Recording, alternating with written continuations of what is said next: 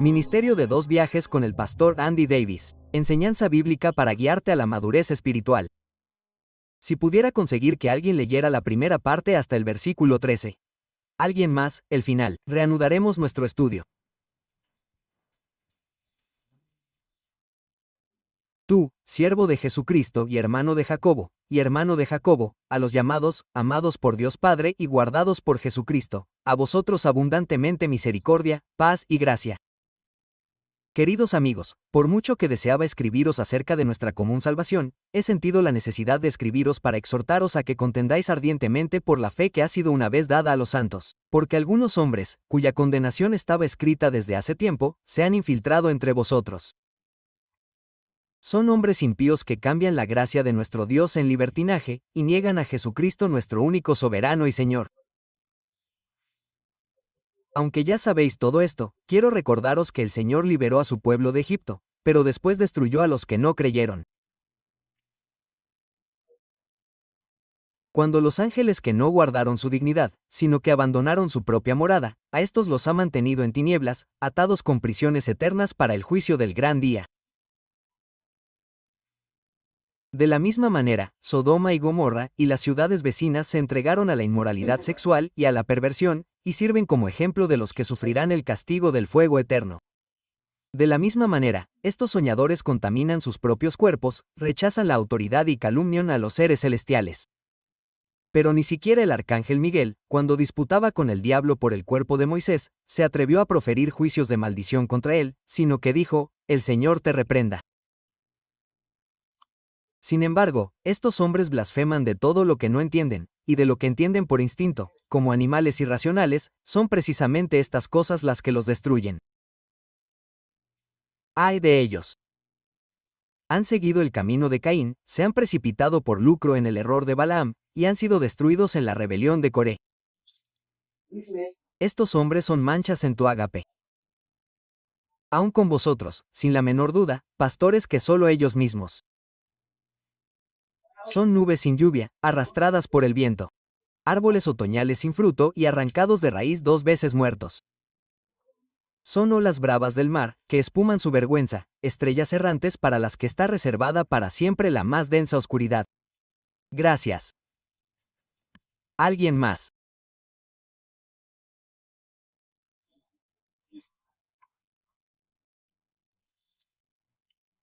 También de estos profetizó Enoc, séptimo desde Adán, diciendo: «He aquí, vino el Señor con 10,000 de sus santos para ejecutar juicio contra todos, y dejar convictos a todos los impíos de las obras impías que han cometido de manera tan impía, y de todas las cosas duras que los pecadores impíos han hablado contra él».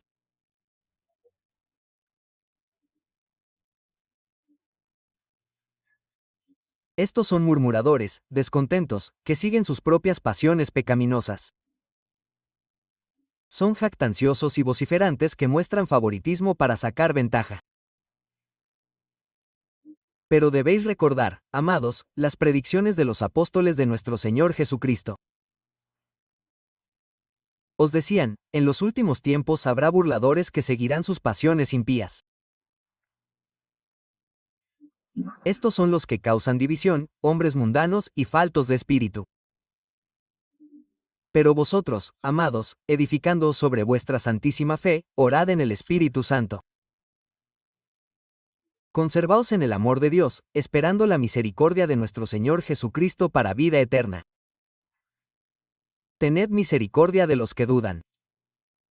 Salvad a otros, arrebatándolos del fuego. Y a los demás, mostrad misericordia con temor, aborreciendo aún las vestiduras contaminadas de la carne. Y a aquel que es poderoso para guardaros sin caída, y presentaros sin mancha delante de su gloria con gran alegría, al único Dios, nuestro Salvador, por medio de Jesucristo nuestro Señor, sea gloria, majestad, imperio y autoridad sobre todo tiempo, ahora y por todos los siglos. Amén. Gracias. Muy bien. Bueno, vamos a retomar el versículo 5 hoy. Y aquí es donde empezamos a ver una gran similitud entre Judas y Segunda de Pedro. Y creo que 2 Pedro sería un buen comentario sobre lo que Judas quiere decir. Así que vayamos a 2 Pedro 2. Mantén el dedo aquí en Judas y leeré la sección relevante. 2 Pedro 2 y luego llegaremos a, creo, las lecciones similares que Pedro y Judas están diciendo. El lenguaje es tan notablemente similar.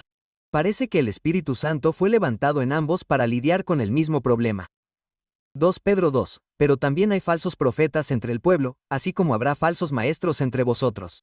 Estos introducirán encubiertamente herejías destructoras, negando incluso al Señor soberano que los rescató, atrayendo sobre sí mismos una destrucción repentina. Muchos seguirán sus caminos vergonzosos y desacreditarán el camino de la verdad. En su avaricia, estos maestros os explotarán con historias que han inventado. Su condenación ha estado pendiente durante mucho tiempo, y su destrucción no ha dormido. 4. Si Dios no perdonó a los ángeles que pecaron, sino que los arrojó al infierno y los puso en calabozos de oscuridad, reservados para el juicio, si no perdonó al mundo antiguo cuando envió el diluvio sobre sus impíos, sino que protegió a Noé, un predicador de justicia, y a otros 7, si condenó a las ciudades de Sodoma y Gomorra, quemándolas hasta las cenizas, y las puso como ejemplo de lo que le sucederá a los impíos, y si rescató a Lot, un hombre justo que estaba angustiado por la vida inmunda de los malvados, pues este hombre justo que vivía entre ellos, cada día su alma justa se atormentaba por las malas acciones que veía y oía. Si esto es así, entonces el Señor sabe cómo rescatar de la prueba a los piadosos y reservar a los injustos para el día del juicio, mientras continúan su castigo. Esto es cierto sobre todo para los que siguen los deseos corruptos de la naturaleza pecaminosa y desprecian la autoridad. Estos hombres son atrevidos y arrogantes, y no temen calumniar a los seres celestiales. Sin embargo, ni siquiera los ángeles, aunque son más fuertes y poderosos, pronuncian acusaciones calumniosas contra tales seres en presencia del Señor. Pero estos hombres blasfeman en cosas que no entienden. Son como bestias brutas, criaturas de instinto, nacidas solo para ser atrapadas y destruidas. Y como bestias, también ellos perecerán. Se les pagará con daño por el daño que han hecho. Su idea del placer es divertirse a plena luz del día, sus manchas y defectos, deleitándose en sus placeres mientras se dan un festín contigo. Con los ojos llenos de adulterio, nunca dejan de pecar, seducen a los inestables, son expertos en avaricia y una generación maldita. Han dejado de seguir el camino recto y se han desviado para seguir el camino de Balum, hijo de Baor, que amó el premio de la maldad, pero fue reprendido por su maldad por un burro, un animal sin habla, que habló con la voz del hombre y contuvo la locura del profeta. Estos hombres son fuentes sin agua, desviados por la tempestad. Para ellos está reservada la más negra oscuridad. Porque hablan palabras vanas y jactanciosas. Y apelando a los deseos lascivos de la naturaleza humana pecaminosa, seducen a personas que escapan de los que viven en el error. Les prometen libertad mientras que ellos mismos son esclavos de la depravación, porque el hombre es esclavo de aquello que lo ha dominado. Si han escapado de la corrupción del mundo por medio de conocer a nuestro Señor y Salvador Jesucristo, y vuelven a enredarse en ella y son vencidos, su final está peor que al principio. Mejor les hubiera sido no haber conocido el camino de la justicia, que haberlo conocido y luego volver la espalda al mandamiento sagrado que les fue transmitido. Acerca de ello son ciertos los proverbios. El perro vuelve a su vómito, y la mujer lavada vuelve a revolcarse en el cieno. Ahora bien, al observar esto, pueden verse muchos puntos de contacto, muchas similitudes. Bueno, lo de Balum claramente es la alineación de la evidencia del Antiguo Testamento una al lado de la otra, y es por eso que decidí ir a 2 de Pedro mientras miramos a Judas. Así que volvamos a Judas y lo que Pedro está haciendo en 2 de Pedro 2 es que está diciendo que Dios es capaz de hacer dos cosas. Él es capaz de castigar a los malvados y salvar a los justos de la maldad. Así que está comparando ambas cosas, y estos falsos maestros tanto en 2 de Pedro 2 como en Judas están enseñando lo mismo. Ambos son maestros autorizados y habla de ellos de la misma manera. En 2 de Pedro está muy claro que tienes a los que perecen en el diluvio y a Noé rescatado de él. Tienes a los que perecen en Sodoma y Gomorra y a Lot rescatado de él. Está comparando y contrastando a los malvados que son destruidos con los justos que son liberados. Y Dios es capaz de hacer ambas cosas. Y lo mismo, ya sabes, con los ángeles que cayeron en la maldad. Así que volviendo a Judas, dice en el versículo 5, aunque ya sabes todo esto, quiero recordarte que el Señor liberó a su pueblo de Egipto, pero luego destruyó a los que no creyeron. Muy bien. Entonces, en primer lugar, en general, ¿Cuál es el papel de los recordatorios en el ministerio de enseñanza o predicación? Recordatorios, ya lo sabes, pero te lo voy a decir de nuevo. Es bueno. Rejuvenecer nuestra comprensión de la aplicación. Sí. No lo subrayes por así decirlo. Sí. Advertencias de Alan. Es como un Ebenezer. Necesitas tener esa enseñanza porque somos propensos a olvidar y generaciones después estará menos fresca en su mente. Sin duda, es genial. Quiero decir que es parte de la naturaleza humana que podemos alcanzar cierto fervor de pasión y cierta claridad de entendimiento y de generarlo de inmediato, como al día siguiente. Y por eso va a haber predominantemente, en su mayor parte, un ministerio de recordatorios. Muy bien. Cuando me levanto a predicar y predico en la primera iglesia bautista de Durham en mi año 27, no espero decir cosas completamente nuevas semana tras semana. Tampoco deberías esperarlo tú. Francamente, no lo querrías. Quieres las mismas doctrinas que siempre has escuchado restablecidas, renovadas. Quizás algunas ilustraciones diferentes u otras cosas, pero quieres lo mismo, y eso es lo que es. Esto es lo que Judas nos dice, una ortodoxia, una fe que fue confiada de una vez por todas a los santos. No cambia, y por eso está esa función de recordatorio, y lo hacemos sin pedir disculpas. Voy a recordártelo de nuevo. No sé cuántas veces he hablado de la justificación, la santificación y la glorificación. Nunca voy a parar. Voy a seguir hablando de lo que es cada una de ellas y de cómo se relacionan entre sí, en qué se parecen, en qué se diferencian y cómo se conectan, porque ese es Dios. Bueno, lo que Judas quiere decir aquí es algo así como la historia del Éxodo, ¿verdad? Ya la has oído, así que no te estoy contando nada nuevo. Aunque ya sepas todo esto y sepas las cosas, quiero que recuerdes algo. ¿De acuerdo? El Señor liberó a su pueblo de Egipto, pero después destruyó a los que no creyeron. ¿De qué está hablando y por qué? De castigar a los malvados y evitar que se mezclen con los que no lo son. Vale. Así que liberó a su pueblo, los judíos, de la esclavitud en Egipto como imagen de la salvación. Es una liberación física literal, pero también es una imagen del verdadero éxodo que Jesús obró con su muerte y resurrección, de las que habló en el monte de la transfiguración. Literalmente usó esa palabra con la que Jesús les estaba hablando a Moisés y Elías sobre el éxodo que estaba a punto de realizar, ¿de acuerdo? Entonces, el verdadero éxodo, del cual el primero es en última instancia solo un tipo y una sombra, fue una liberación del pecado. Pero si nos fijamos en la historia real, las personas que fueron liberadas, ¿qué les pasó? Todos menos dos murieron. Todos menos dos murieron. ¿Por qué murieron? Porque eran rebeldes y lo eran. Eran idólatras. Podríamos relacionarlo con el incidente con los 2 espías, que es lo máximo que lo hizo. Pero estaban refunfuñando, quejándose, resistiéndose. Estaban adorando a un becerro de oro. Quiero decir, eso es lo que eran. Y esto lo repasé cuando estudiamos, queridos amigos, manteneos alejados de los ídolos, hace unas semanas. Pero el estudio de Ezequiel 20 sobre el hecho de que a estas personas se les advirtió sobre su idolatría antes de que Dios los liberara de Egipto decía, ustedes son todos paganos y necesitan abandonar su paganismo.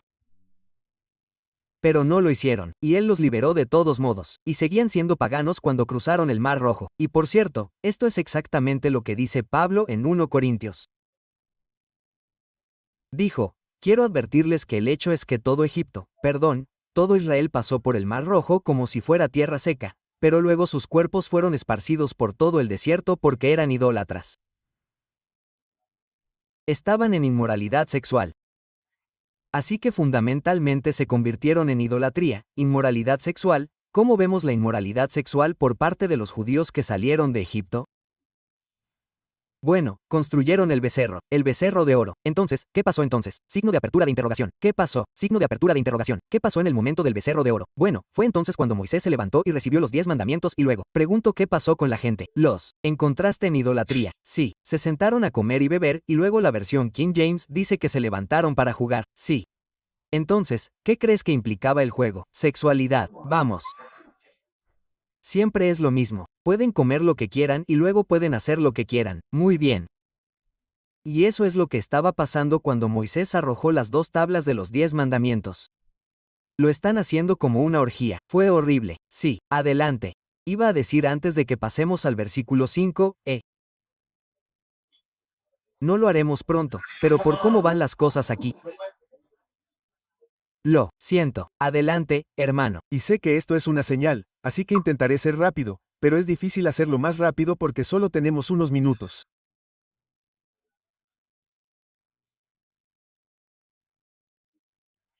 Pero cuando fui a Arizona después de mi bautismo, quise ir a visitar a Peter Guri, que era el cerebro impulsor, uno de los cerebros impulsores detrás de la nueva coalición y evaluación de los 5000 manuscritos griegos que tenemos.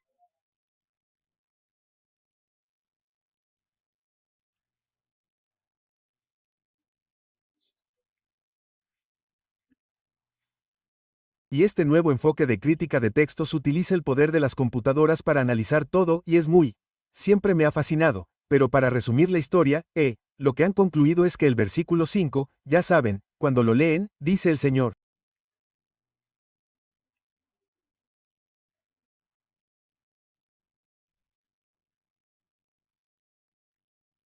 Pero CBGM, la herramienta de crítica textual que están utilizando, dice que esta es la cristofonía porque los manuscritos más antiguos, algunos de los más fiables y confiables, decían eso, y no puedo creerlo, decían que cuando Judas escribe esto, no se está refiriendo a Yahvé, de quien probablemente pensamos que está hablando.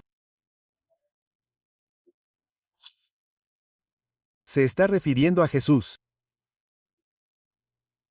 Jesús sacó al pueblo de Egipto y luego los castigó. Pero bueno, ya sabes, simplemente no vemos que se mencione específicamente a Jesús en el Nuevo Testamento. ¿Y por qué demonios escribiría Judas a Jesús allí en lugar de a Yahvé, a menos que creyera que Jesús era parte? ¿Cierto? No importa lo que diga el manuscrito, este es un tema que se enseña claramente en el Nuevo Testamento. Pablo lo enseña abiertamente. La roca de la que bebieron, dice, era Cristo. No podría ser más claro, así que estoy totalmente de acuerdo. No importa lo que diga este manuscrito, fue Jesús en última instancia el ángel del Señor que los guió. Fue Jesús el ángel del Señor en las llamas de la zarza ardiente. Creemos Jesús estuvo presente en todo el Éxodo, así que, amén. Pero no estamos esperando manuscritos ni pruebas informáticas. Se enseña de forma clara y abierta en el Nuevo Testamento una y otra vez. Pero gracias. Fundamentalmente, sí. El punto aquí es que el Señor no tolera el tipo de estilo de vida que estos falsos maestros están adoptando. Eso es lo que está diciendo, eso es lo que está haciendo. El Señor castiga la inmoralidad sexual. No la tolera. Por eso dice, aunque sepáis esto, quiero que recordéis que el Señor, sí, liberó al pueblo de Egipto, pero luego destruyó a los que no creyeron. Ahora bien, el defecto fundamental en ellos fue que no creyeron. ¿De acuerdo? Dijo, a pesar de todo esto, dice en Deuteronomio, con los 12 espías, los 10 espías, ¿verdad? A pesar de todo esto, no confiasteis en el Señor, que os llevó como un padre lleva a un hijo. Todo el camino que recorriste, no me creíste, no confiaste en mí. Bueno, déjame preguntarte. Dice que destruyó a los que no creyeron. Pero estamos hablando de inmoralidad sexual. ¿Cómo conectas eso? No creyeron y cometieron inmoralidad sexual. Una parte de mí siente que tiene mucho que ver si ves la película Los 10 Mandamientos cuando Moisés está hablando con Dios Padre sobre obtener los 10 mandamientos. Y la gente donde los dejó se estaba impacientando. Dijeron que estaba hablando con su Dios.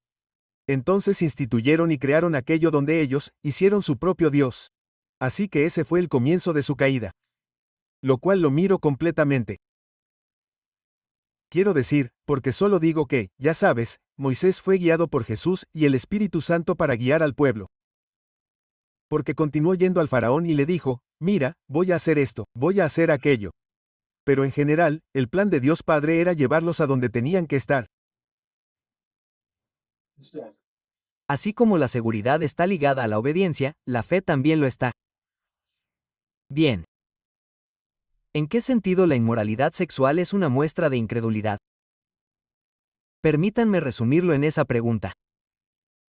¿Cómo la inmoralidad sexual muestra incredulidad? A mí me parece que la inmoralidad sexual es una perversión de un don realmente increíble que Dios nos dio y que experimentan el marido y la mujer.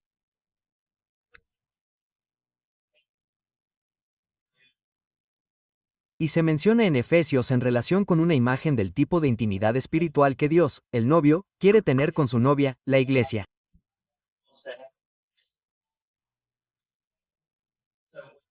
Y, por tanto, cuando perviertes esa inmoralidad sexual, básicamente es como si, en el sentido de marido y mujer, te estuvieras alejando de Dios y engañándolo con Satanás o engañándolo con el mundo. Y eso es simplemente una infidelidad que Él no tolerará. Por supuesto. Así que cualquier desobediencia a la ley de Dios es una muestra de incredulidad, ¿verdad? ¿Estarías de acuerdo con eso? Dios te da una orden, no la haces, es incredulidad, pero aquí está la cuestión. Si yo digo, como lo he hecho durante años, que la fe es la visión del alma por la cual ves las realidades espirituales invisibles, pasadas, presentes y futuras. ¿Cómo está cometiendo inmoralidad sexual la persona? ¿Qué no está viendo mientras lo hace? No está viendo su responsabilidad ante Dios. No ve su responsabilidad ante Dios. Comete idolatría. Signo de apertura de interrogación. ¿Podríamos ser aún más sencillos? No están viendo a Dios. Muy bien. Vi al Señor alto y sublime, y las orlas de su manto llenaban el templo. Isaías 6. Está viendo a Dios. ¿Te imaginas cometer inmoralidad sexual delante del trono de Dios? Nadie haría eso. Así que, fundamentalmente, no ven al Dios invisible. Déjame darte un buen ejemplo de esto. Recuerda a la esposa de Tereún que intentaba seducir a José. ¿Qué le impidió entregarse a ella? ¿Qué dijo que lo detuvo? Habló de cómo Potter le había confiado todas esas responsabilidades y eso era importante. Pero, ¿cuál era el factor decisivo? Signo de apertura de interrogación. ¿Por qué iba a pecar? ¿Contra el Señor? Estaba viendo al Dios invisible allí mismo, en ese momento. No puedo hacer eso. Y aquí está la cuestión. Tenemos que fortalecer nuestra fe mediante el ministerio de la palabra para ver al Dios invisible todo el tiempo. No está a veces en su trono y a veces no. No existe a veces y a veces no. No es santo a veces y a veces no. Siempre está en su trono, siempre santo, siempre ahí. Satanás nos está engañando como si no lo estuviera. Se está desvaneciendo. Viene y luego regresa. Ahora no lo vuelves a ver. Adelante. Bueno, esto me recuerda la escritura que estamos leyendo aquí, que necesitamos que se nos recuerde. Cada semana o a mitad de semana una y otra vez, porque nosotros, como personas o personas centrales. Sin duda necesitamos que se nos recuerde, y yo diría, la existencia, la presencia del Dios Santo, pero también recordamos, como dije, que la fe es la capacidad de ver espiritualidades invisibles pasadas, presentes y futuras. ¿Qué realidad futura olvidan los pecadores cuando pecan? Hay algo que vendrá en el futuro. El juicio. Es el día del juicio, el cielo y el infierno. Lo están olvidando, no lo están viendo, es como si no hubiera ninguna consecuencia. Y lo que Judas está haciendo, y Pedro también lo hace, es hacer que ese juicio sea muy vívido. Habla del fuego eterno. ¿De acuerdo? Lo dice ahí mismo, en el versículo 7. Sirven como ejemplo de aquellos que sufren el castigo del fuego eterno. ¿Por qué Judas habla del fuego eterno? Es relevante para la inmoralidad sexual. Jesús dijo, habéis oído que fue dicho, no cometerás adulterio. Pero yo os digo que cualquiera que mira a una mujer para codiciarla, ya ha cometido adulterio con ella en su corazón. Si tu mano derecha te ha hecho pecar, córtala y échala lejos de ti. Es mejor que pierdas una parte de tu cuerpo, y no que todo tu cuerpo sea echado al infierno, donde el gusano no muere y el fuego nunca se apaga. Jesús quiere que pienses en el tormento eterno consciente cuando estés luchando contra la inmoralidad sexual. Quiere que pienses en eso. Por lo tanto, hay dos cegueras que estoy defendiendo aquí que la gente comete cuando peca. Se olvidan de que Dios está en su trono ahora mismo y los ve ahora mismo. También se olvidan del futuro cuando juzgará a todas las personas. Y eso es lo que Judas está diciendo. Quiero que, aunque sepas todo esto, te recuerde que el Señor liberó a su pueblo de Egipto, pero luego destruyó a los que no creyeron. Ahora déjame hablar sobre liberando. Muy bien. Otra cosa que olvidamos cuando pecamos es que hemos sido liberados del pecado. Has sido liberado. El pecado no será tu amo porque no estás bajo la ley sino bajo la gracia. No necesitas volver a pecar nunca más. Y Pablo también argumenta en Romanos. ¿Qué beneficio obtuviste del pecado? ¿Qué bien te hizo? Y así, de esa manera, olvidas que no necesitas volver a pecar nunca más. Ya no necesitas hacer cosas malas. Has sido liberado de todo eso. Para que puedas mantenerte firme en el día de la prueba y ser como José hizo con la esposa del alfarero y decir no y negar la impiedad y la maldad por el poder del Espíritu por gracia. Y eso es lo que está diciendo, has sido liberado del pecado. Y esas personas que fueron liberadas, todas fueron asesinadas. Dios las mató. Sus cuerpos, dice Pablo, fueron esparcidos en el desierto y volaron todos los registros actuariales. Toda una generación de cientos de miles de judíos muertos en 40 años. Todos ellos. ¿Cómo pasó eso? Bueno, algunos de ellos pasaron de inmediato, quiero decir, ese mismo día. Pero él simplemente comenzó a aplastarlos. Ya sabes, las serpientes venenosas, eliminaron algunos de ellos, ¿recuerdas? Quiero decir, él simplemente los mataba, los mataba, los mataba, los mataba mientras al mismo tiempo se reproducían y la siguiente generación crecía. Entonces, los niños que entraron. Entonces, es solo de eso de lo que está hablando aquí. Entonces, está bien, el Señor liberó a su pueblo de Egipto, pero luego destruyó a los que no creyeron. Ahora llegamos a lo interesante. Estás como, muy bien, esperando a los ángeles que caen aquí. Comillas, muy bien, los ven Elohim. Son hijos de Dios interesantes. Muy bien, versículo 6. Y a los ángeles que no guardaron sus posiciones de autoridad, sino que abandonaron su propio hogar, a estos los ha guardado en tinieblas, atados con prisiones eternas para el juicio del gran día. Así que esa es una versión truncada. Pedro es un poco más largo. Déjenme leer lo que escribió Pedro. Porque si Dios no perdonó a los ángeles cuando pecaron, sino que los envió al infierno, la NV nos da el infierno, pero es Tártar. Tártar es un pozo mitológico, como el pozo. Muy bien. Poniéndolos en mazmorras sombrías, cadenas de oscuridad para ser retenidos para el juicio. Así que eso es lo que nos da Pedro. Ahora tengan en cuenta que el endemoniado de las reuniones usa este tipo de lenguaje. ¿Han venido aquí para torturarnos antes del tiempo señalado? Tiene miedo. Los demonios tienen miedo de ser enviados al pozo. Muy bien. Ahora, el lago de fuego, como mi lectura de las escrituras, no hay nadie ahí ahora. Ni personas, ni demonios. Está esperando. No es algo que le pase a nadie todavía. Está en el futuro. Así que creo que esa es una interpretación apropiada del lago de fuego. Es algo futuro para los demonios, Satanás y todas las personas no redimidas. Apartaos de mí, malditos, al fuego eterno preparado para el diablo y sus ángeles. Preparado para el diablo y sus ángeles. Pero tenemos este castigo, el tártaro y las cadenas de oscuridad.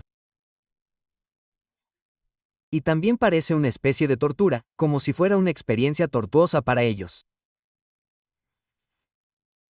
Así que todos los demás ángeles pecadores están vagando por el planeta Tierra ahora.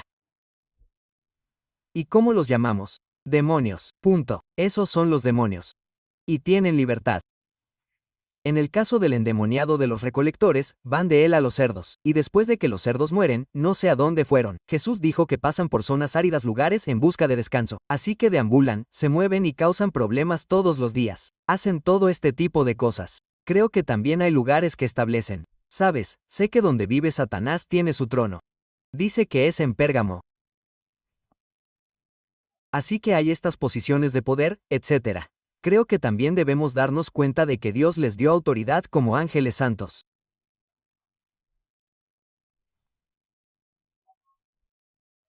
Se les dieron trabajos que hacer, reinos y poder, y un porcentaje de ellos se rebeló, pero conservaron sus posiciones de autoridad. ¿Tiene sentido? Y entendemos este lenguaje. Nuestra lucha no es contra sangre y carne, Efesios 6, sino contra quién. Los principados, autoridades, potestades de las tinieblas de este siglo, y las huestes espirituales de maldad en las regiones celestiales. Eso implica que están en posiciones de poder real, pero son malvados. Son malvados, las están usando malvadamente. ¿Tiene sentido? Así que ese es el sentido que le doy a que Dios les delegó poder y se rebelaron, pero aún tienen esa autoridad, ese poder que tienen. Así es como lo leo, sí. Un subgrupo formado con mujeres para tomar a los Nefilim. ¿Es correcto? ¿De verdad quieres ir allí? Muy bien. Vamos a. Muy bien. A eso es a lo que quiero llegar, a que algunas personas hacen una distinción entre los espíritus incorpóreos de los Nefilim y los ángeles caídos. Muy bien, es un atolladero. Podemos ir allí si quieres. Muy bien, así que ve a Génesis 6. De eso es de lo que estás hablando. Este es un momento histórico significativo para mí. Cuando llegué aquí por primera vez, Paige Patterson era presidenta de Southeastern y vino a enseñar. Solíamos tener una cena los miércoles por la noche y un estudio bíblico los miércoles por la noche, y entonces Ryan Hutchinson estaba conectado con Southeastern y consiguió que Paige Patterson viniera, y yo nunca había conocido al hombre. Pero nos presentaron. Y sus primeras palabras para mí fueron, ¿qué piensas de los Benet Elohim? Eso es literalmente lo que me dijo. Bueno, eso es hebreo para los hijos de Dios. Y básicamente está citando Génesis 6, entonces, es Génesis 6. Entonces, fue solo una forma interesante de comenzar una relación. Hola, soy Andy, encantado de conocerte también. ¿Qué piensas de Ben Elo? Yo estaba como, muy bien, aquí vamos, sé algo de hebreo. Si esa es la prueba, supongo que la pasé. Pero fue simplemente interesante y luego lo trajeron a esto. Muy bien. Entonces Génesis 6:1, cuando los hombres comenzaron a multiplicarse en la tierra y les nacieron hijas, los hijos de Dios, que son Ben Elohim en hebreo, los hijos de Dios vieron que las hijas de los hombres eran hermosas y se casaron con cualquiera de ellas que eligieron. Entonces el Señor dijo, mi espíritu no contenderá con el hombre para siempre porque es mortal, sus días serán 120 años. Ahora, aquí está el versículo de Alan, los Nefilim. Muy bien. Los Nefilim estaban en la tierra en aquellos días y también después, cuando los hijos de Dios fueron a las hijas de los hombres y tuvieron hijos con ellas. Fueron los héroes de la antigüedad, hombres de la época. Y luego está el juicio sobre los seres humanos porque sus pensamientos eran solo malos todo el tiempo. Seguimos. Así que eso es todo. Entonces, si pudiera preguntar, ¿dónde ves ángeles en eso?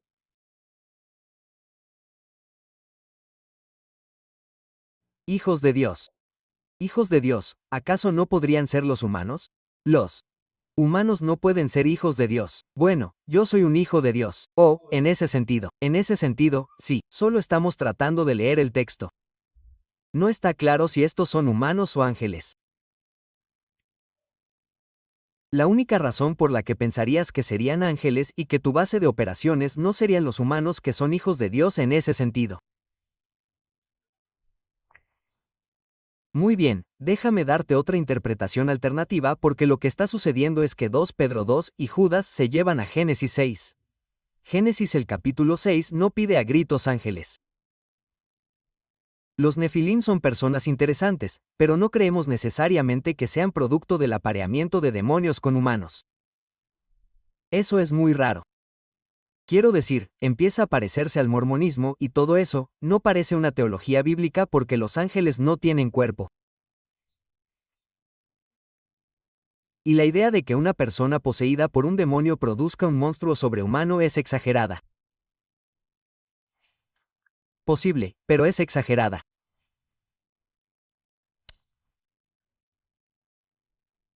Otra interpretación es que ya existe una división en la raza humana entre los justos que siguen a Dios y le agradan, y los injustos que se vuelven cada vez más oscuros, lo que finalmente lleva al diluvio.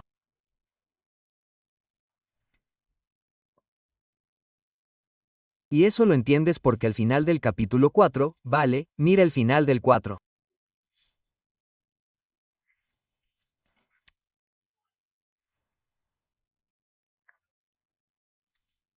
Así que tienes la historia de Caín y Abel, y luego Caín es expulsado del jardín del Edén, y luego sigues la procreación de Caín y esa línea. Caín se acostó con su mujer. Versículo 17, 4:17 de la mañana Caín se acostó con su mujer, la cual concibió y dio a luz a Enoc. Caín estaba entonces construyendo una ciudad y la llamó Enoc en honor a su hijo. A Enoc le nació Iad, padre de Maujael, y Maujael, padre de Matusalén, y Matusalén, padre de Lamec. Muy bien, ahora tenemos a este hombre, Lamec. Lamec se casó con 2 mujeres.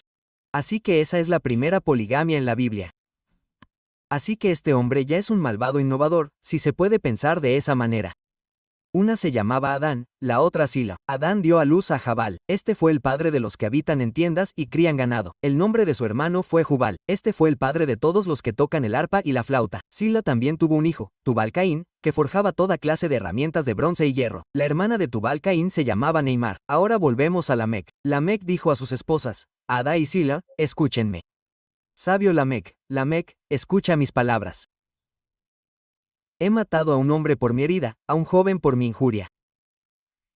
Si Caín es vengado 7 veces, Lamec lo será 77. Muy bien, entonces, ¿cómo caracterizarías a este tipo, Lamec? Simplemente parece una persona malvada. ¿Ves orgullo? Es orgulloso, asesino, ya sabes, inmoral con las 2 esposas. Así es él. Entonces, es simplemente malo, es simplemente una mala racha. Y hemos estado siguiendo a Caín, el asesino de su hermano, y su linaje, guiando a este tipo que es polígamo, asesino y arrogante. ¿Qué sigue? Adán se acostó de nuevo con su esposa, y ella dio a luz un hijo y lo llamó Set, diciendo, Dios me ha concedido otro hijo en lugar de Abel, ya que Caín lo mató. También Set tuvo un hijo, y lo llamó o con acento agudo S. En ese momento, los hombres comenzaron a invocar el nombre del Señor. Por lo tanto, es como si se desarrollaran 2 historias diferentes aquí. La raza humana se está dividiendo entre los malvados y los que invocan el nombre del Señor, incluido Enoc, séptimo desde Adán, que se cita en el libro. Por lo tanto, es un hombre piadoso, caminó con Dios. Por lo tanto, tenemos una comunidad piadosa, digámoslo así, una comunidad piadosa y una comunidad impía donde Caín está desarrollando todo su negocio al este del Edén. Piadosos e impíos. Y creo que este puede ser un ejemplo de matrimonios mixtos entre estas comunidades humanas que Dios no quería. Como recuerdan cómo ordenó a los judíos que no se casaran con las mujeres cananeas. ¿Por qué no quería que se casaran con mujeres cananeas? Porque son falsas. Son impías y las mujeres los van a desviar. Van a llevar sus corazones a la oscuridad. Ahora bien, no sé si esto es un hecho, pero tiene sentido que la comunidad piadosa busque esposas dentro de su propia comunidad piadosa, ¿cierto? Querrían dar sus hijas a sus hijos y viceversa, y simplemente permanecer dentro de esa comunidad de hombres que en ese momento invocaban el nombre del Señor. Mientras tanto, tienes esta otra comunidad impía, los descendientes de Caín y los descendientes de Lamec y todo eso, y quieres mantenerte alejado de ellos. Imagina entonces que Génesis 6 es un ejemplo de los hijos de Dios siendo humanos, yendo tras mujeres con las que no deberían casarse y casándose con cualquiera de ellas que eligieran y casándose con mujeres humanas impías. No tiene nada que ver con demonios en absoluto. Y todo va en la frase hijos de Dios. Ahora, en defensa del lado angelical en el libro de Job, cuando Dios habla de cómo sentó las bases de la tierra, lo hizo y todos los hijos de Dios lo celebraron. Esos son claramente ángeles, no hay duda al respecto porque todavía no tienes humanos, así que ahí radica el desafío interpretativo. Los hijos de Dios pueden ser tanto ángeles como humanos. También en el libro de Job, cuando Satanás viene y los hijos de Dios, se nos dice, se reúnen ante él, esos definitivamente también son ángeles. ¿Tiene sentido? Pero creo que son ángeles santos. Y entonces él está reuniendo a los ángeles santos en el cielo y Satanás viene y se presenta ese día, ¿recuerdas? Y él dice, bueno, Dios básicamente dice, ¿qué estás haciendo aquí? ¿De dónde vienes? Y él dice, de vagar de aquí para allá por la tierra. Bueno, creo que es arriesgado desde el punto de vista exegético, innovador, y quizá no útil ver demonios involucrados con los nefilim. Puede que sea posible, pero no te ayuda mucho. Y es raro. ¿Tiene sentido? No veo cómo funcionaría biológicamente que estar, digamos, poseído por un demonio afectara a tu descendencia. Quiero decir, da para una buena película de terror, no hay duda, pero no lo sé. Iba a decir, ¿el Dr. Patterson alguna vez te respondió esa pregunta o no? Di mi opinión. Él ya la había escuchado antes. Quiero decir, él era un hombre erudito y había escuchado mi interpretación y la aceptó. Quiero decir, lo que te acabo de decir es al menos una interpretación posible y sólida. Si crees que son demonios y todo eso, está bien. Al final no cambia mucho porque lo siguiente que ocurre es el diluvio de Noé y no hay nada más que maldad todo el tiempo. Sí, adelante. ¿Conoces el libro La Unidad de la Biblia? Vale. Bueno, tu mentor John Piper dijo que era uno de los 2 libros más influyentes. Que Piper dijera esto es increíble. Vale. En su vida.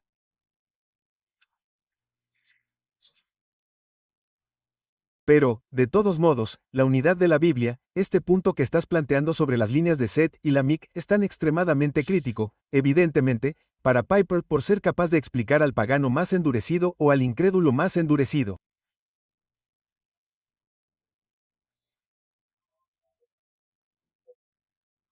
El plan desde el principio. ¿Por qué? Pero, en cualquier caso, he leído bastante.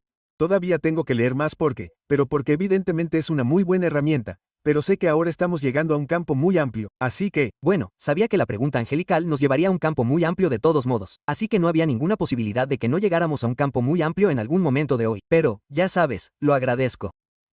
Creo que es útil ver la comunidad del pacto incluso como bautistas. No somos presbiterianos, pero quieres que tus hijos se casen con niños creyentes. ¿De acuerdo? Definitivamente quieres permanecer dentro de la comunidad creyente. La parábola del trigo y las lágrimas, el trigo y la cizaña, muestra lo difícil que es en esta época presente. Ahora todos estamos entremezclados. Sabes, en los días de la tierra prometida, los aniquilaron. No se les permitió sobrevivir. Ninguno de ellos, las 7 tribus, las tribus cananeas debían ser erradicadas por completo, como un acto del juicio de Dios. Y, por supuesto, a los judíos se les prohíbe ese matrimonio interno. Pero lo que tenemos ahora es una situación en la que nos codeamos y estamos inmersos en el mundo pagano, ¿sabes? Y eso es, y tienes que tener una mente que diga, somos eclesiasterisco, la iglesia llamada a salir de eso. Somos llamados a salir de la oscuridad en medio de esto, como una colonia del cielo. Y luego seguiremos buscando mantener la pureza en nuestra comunidad para que nuestros hijos solo se casen con creyentes. No vamos a estar unidos en yugo desigual. Y por eso creo que Génesis 6 es una historia de yugo desigual. Creo que es un matrimonio. Creo que es claramente sexual. Están procreando. Están teniendo hijos. Están eligiendo a las mujeres que quieren. Cualquiera de las que eligieron, dice que creo que es una situación de matrimonio en yugo desigual. Así es como yo diría. Sí, Chris. las palabras que dicen, a quien eligieron. Claramente, estaban tomando la decisión, no era como si, Quisieran consultar con Dios. Parece algo malo. sí, Que se casaran con cualquiera de las que eligieron. Entonces, se están casando con personas con las que no deberían haberse casado. Eso es y creo que encaja con mi interpretación. Adelante, hermano, Chris. Me pregunto si en Génesis 64, si intentamos hacer de estos Nefilim algo sobrehumano, o más bien por la frase, eran héroes de la antigüedad, hombres de renombre, parecen lograr cosas que los humanos normales no lograron, y me pregunto. Bueno, los hombres de renombre son literalmente hombres de nombre, y lo que es interesante es más adelante cuál fue el motivo para la construcción de la Torre de Babel para hacernos un nombre. Así que ahí está esa autoglorificación, esa vanagloria. Creo que estos Nefilim son héroes vanidosos y gloriosos. Eso tiene sentido. Son hombres que se hicieron un nombre. Ese tipo de cosas. Sí. Así que ese es mi enfoque. De nuevo, si vas por el otro lado, no te hará ningún daño. No creo que sea una mala teología. Creo que es creativo e interesante, pero es un callejón sin salida. No te llevará a mucho. Si haces mucho más con ello, realmente me preocuparé tú. No sé cuánto más quieres hacer con la doctrina de que los demonios pueden habitar en las personas y tener hijos sobrehumanos. Pero volvamos a Judas, donde sea que esté. Espera, encuéntralo. En cualquier caso, tanto Pedro como Judas están planteando el mismo punto, y es el juicio sobre los malvados. Juicio sobre los malvados. Estos ángeles no se quedaron quietos. No permanecieron en la posición que se les asignó. Querían algo más. Estaban deseando algo más. Satanás es el ejemplo definitivo de esto, donde quería el trabajo de Dios. Quería asumir el gobierno del universo. ¿Verdad? Quiero decir, ¿recuerdas cómo tentó a Jesús? Te daré el mundo entero si qué. Te inclinas ante mí y me adoras. ¿Qué significa eso? Quiere ser Dios, quiere asumir el trabajo de Dios, así que no están contentos con lo que se les ha dado. Muy bien. Lo mismo con el oráculo del rey de Teye, que generalmente se atribuye en última instancia a Satanás, donde era un querubín guardián en el Edén, y estaba adornado con hermosas gemas. Era hermoso, poderoso, sabio. Pero se encontró maldad en él, y parece ser una ambición oscura, una inclinación oscura lo que hizo que se fuera. Y luego, al parecer, tentó a otros ángeles con esto, y se unieron a él en esta rebelión. Y no permanecieron en sus posiciones y fueron tras otras cosas. Y algunos de ellos, no todos, pero algunos de ellos terminaron en el Tártaro. Terminaron en el pozo y fueron retenidos para un juicio futuro. Entonces, ¿cómo es esto si nos fijamos en eso? De eso es de lo que está hablando. Los ángeles que no mantuvieron sus posiciones de autoridad, sino que abandonaron su propio hogar, a estos los mantuvo en oscuridad, atados con cadenas eternas para el juicio del gran día. ¿Cómo sirve eso al propósito de Judas aquí? ¿Qué función tiene en la epístola?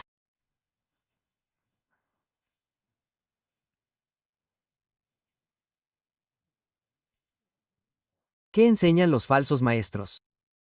¿Qué les dicen a sus seguidores? Esa no es la única manera o algo así. Si hay otras maneras, así que Dios te dará cierta licencia para pecar. Licencia para pecar. Si Dios no les va a dar licencia a los ángeles, te la dará a ti. Dios no te va a dar una licencia, no va a hacer la vista gorda. Él es un juez justo que, quiero decir, creo que la idea aquí es que hay un juicio venidero. Los demonios están siendo retenidos para ese juicio venidero. No van a escapar. Y creo que eso es lo que les está diciendo a los lectores de esta epístola. No es gratis. Hay un ajuste de cuentas venidero. Ya sabes, en términos de inmoralidad sexual. Proverbios dice, ¿puedes echar carbones encendidos en tu regazo sin quemarte? No, lo que Pedro y Judas están diciendo es, ¿puedes hacer esto y que el juez santo no responda a eso? No, a eso es a lo que se refiere. Entonces, está diciendo, no, no creas que te vas a salir con la tuya o no creas que va a estar bien. Eso es lo que él está argumentando aquí. Los ángeles no mantuvieron su posición de autoridad, sino que abandonaron su propio hogar. A estos los ha mantenido en tinieblas, atados con cadenas eternas para el juicio del gran día. Por cierto, es algo muy poderoso cuando miras a los endemoniados de las congregaciones, la legión de demonios, claramente aterrorizados por Jesús. Quiero decir, le tienen mucho miedo porque, ¿y de qué tienen miedo? ¿Qué temen que vaya a hacer? Arrojarlos al pozo. Y no quieren ir allí. No solo perderán su libertad, sino que serán torturados. El lago de fuego fue pensado como un castigo para el diablo y sus ángeles. No es como si Dios no lo hubiera visto y no lo fuera. Quiero decir, muy a menudo existe esta imagen de Satanás viviendo en el infierno. Es su hogar y le encanta la temperatura. Simplemente le gusta el calor. Es como su elemento nativo. No, es el lago del fuego fue diseñado como un castigo para el diablo y sus ángeles. Simplemente, todavía no están en él. El Tartarus y las cadenas son un castigo menor. Es menor que el lago de fuego, pero aún así les resulta aterrador. ¿Tiene sentido? Están aterrorizados. Signo de apertura de interrogación. ¿Es como el pozo sin fondo al que se hace referencia en Apocalipsis? Sí. Sí. Creo que está en Apocalipsis 9, donde un ángel baja y abre un pozo y sale una nube oscura y entonces empiezan a atormentar a los humanos. Creo que lo que está ocurriendo es básicamente una fuga de una cárcel de máxima seguridad. Piensa en eso. Donde demonios realmente malos se desatan en la tierra. Y ten en cuenta que los demonios odian a las personas. A todas las personas. No les gustan los malvados y los odian. Odian a todo el mundo. Y entonces, cuando salen en tropel en Apocalipsis 9, la gente ruega morir. Así de horrible es. Es que Apocalipsis 8 y 9 son dos de los más aterradores. Capítulos en toda la Biblia porque tienes estos desastres ecológicos en el capítulo 8, y eso es solo el comienzo, y luego realmente comienza a ponerse mal, y es cuando los demonios salen y básicamente se desatan. Adelante. Sí, capítulo 9. Hicimos el libro de Apocalipsis y la comunidad de estudio bíblico, y esta es la parte, ya sabes, este es uno de los libros que a la gente no le interesa leer. Pero el capítulo 9 dice que el quinto ángel tocó la trompeta, y esto les permitió abrir el abismo, y ahí es donde salió el humo sobre todos ellos. Es interesante. No me encanta estudiar cosas como esta porque te da una idea de lo que está por venir debido a cómo van las cosas. Correcto, así que sí, adelante. Quiero decir que lo sorprendente es la similitud de estos dos grupos. Las personas que salieron de Egipto vieron todos los milagros de Egipto, todas las plagas, y luego vieron el rescate, cruzar el Mar Rojo, el fuego por la noche, la nube de día. Vieron el estruendo y, ya sabes, su celebración estaba ocurriendo abajo, donde habían visto el fuego, el estruendo, los truenos, y los relámpagos en la cima de la montaña. Y estos ángeles también habían visto a Dios. Estábamos hablando del Dios invisible, pero en realidad habían visto la presencia de Dios. Amén. Sí. Es realmente aterrador. Y creo que una de las cosas más aterradoras es lo implacablemente obstinada que es la maldad. Simplemente no parece detenerse nunca, ¿sabes? Y aquí, estas personas han hecho esto y simplemente están pasando de eso a este patrón de maldad. Quiero decir, no sé cómo puedes romper los 10 mandamientos inmediatamente al día siguiente o unos días después de escuchar a Dios Todopoderoso hablándotelos. Quiero decir, no le causó una impresión duradera. Pero lo que quería decir antes, hace un momento, es simplemente estar asombrado y lleno de adoración ante la inconmensurable brecha de poder entre Jesús y los demonios. Ellos le tienen mucho miedo. Y si les dice que vayan al pozo, no tienen opción. Es solo poder directo. ¿Tiene sentido? Como cuando se acercó a la hija endemoniada de la mujer sirofenicia. Ni siquiera rezó una oración. No dijo una palabra. No le impuso las manos. Simplemente le dijo que el demonio se había ido. Es un poder sobre los demonios sin esfuerzo. Es genial poder pensar que el demonio se ha ido. Creo que es útil para que meditemos en ello. Adelante. Andy, piensa en los ángeles, los demonios como espíritus, que entendemos por las escrituras, son espíritus. ¿Cómo los ves bajo el juicio de Dios con el fuego y el pozo de fuego? Y no tienen cuerpos. Entonces, ¿cómo podríamos pensar en eso? Es difícil. Creo que, como en Juan 3, Jesús explica la regeneración a Nicodemo con una analogía humana, ¿verdad? Nacer de nuevo. Y entonces Nicodemo no lo entiende y dice, bueno, ¿cómo puede un hombre nacer siendo viejo? ¿Cómo puede entrar en el vientre de su madre y nacer? Jesús dijo, os he hablado podría decirse de esta manera, términos terrenales y no entendéis. ¿Qué pasaría si usara un lenguaje celestial?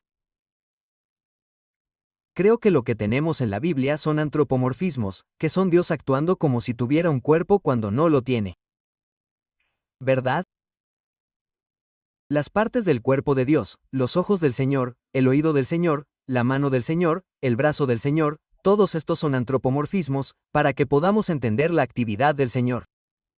¿Tiene sentido? Sí, de acuerdo. Creo que así es como empiezo a responder a esa pregunta. No, no tienen cuerpo, pero tienen miedo del pozo. Da igual, es como, bueno, estaré bien, no tengo un cuerpo, no piensan así. Y, de nuevo, Dios no lo pasa por alto. No le gusta crear un castigo que al final no lo fue en absoluto. Es un terror para ellos. Cuando piensas en lo que Dios preparó para el diablo y sus ángeles y para aquellos que no están en Cristo que están condenados y, por supuesto, tendrán un cuerpo reconstituido. Así que puedo identificarme muy bien con eso. El gusano no muere. La afirmación, el gusano no muere y el fuego no se apaga, el gusano no muere, significa que el fuego no deconstruye, eso no es lo que hace el fuego. Es un tipo diferente de fuego. Es un fuego que no disuelve la entidad. Entonces, es un tormento consciente eterno. Eso es lo que significa cuando dice que el gusano no muere. Mark. Creo que el resultado de no gustarle toda esta charla sobre la realidad del infierno realmente me está convenciendo ahora mismo. Pero encuentro que me encuentro con muchas personas a las que, ya sabes, tratamos de explicarles el Evangelio y las consecuencias de no arrepentirse y llegar a la fe en Cristo.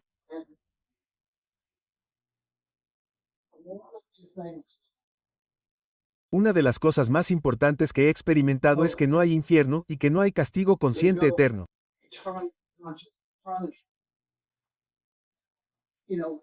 Ahora, ¿sabes lo que estamos leyendo ahora mismo? Es obvio que Jesús habló más del infierno que del cielo, pero ahora tienes las principales denominaciones predican en contra del castigo eterno consciente.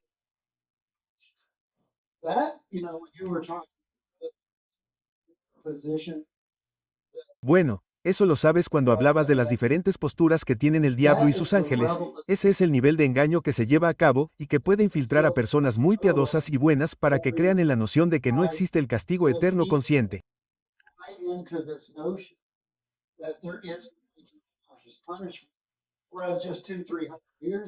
Mientras que hace tan solo 2300 años, era normal asustar a la gente para que se arrepintiera. Pero hoy en día, es completamente inaudito predicar de esta manera.